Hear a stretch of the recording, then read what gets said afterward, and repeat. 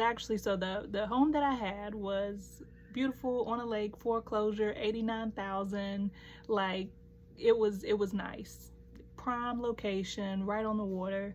And I was actually sitting in this chair, which is it's my grandparents. It is something that was passed down, and so it's been in the family probably 50 plus years, and it was just really near and dear to me to actually have it when they ended up selling their home and, you know, just getting rid of some things and passing things on. And so I was actually sitting in this chair in that home, and I heard the word sale.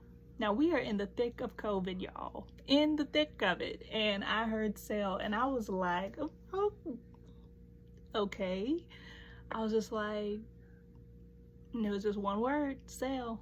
And I quickly remember just like posturing myself, and I was like, God, yes, like, okay, I'm not even gonna question it. Like, I'm not going to try to second guess it, push back on it. I was just like, God, yes, I'm giving you my yes off the bat. I don't even have all the details. I was like, but God, one thing I must say, I'm like, God, you're gonna have to have us all the way, because it's not just me. It's my daughter and me. So like, I've got her to worry and, you know, not worry about, but to be responsible for. And so so I wrote down a number of what I wanted to sell for. I had no clue what the market, I had no clue anything.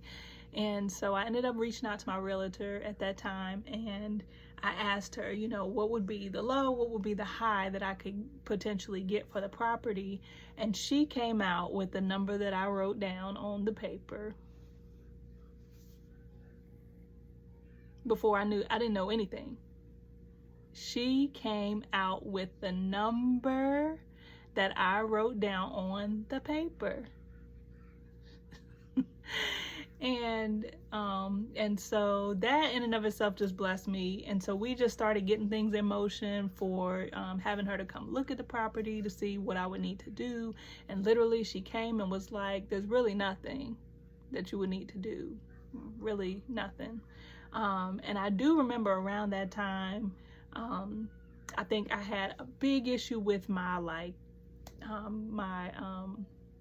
something huge mechanical going on that was literally going to be like thousands of dollars to fix. And so all that was going on in the midst of this. I was, you know, trying to work with the people to pay that and this and this and that, and to get that fixed. And I think the system itself was like, you know, pretty old. So the gentleman was struggling trying to find parts and things like that.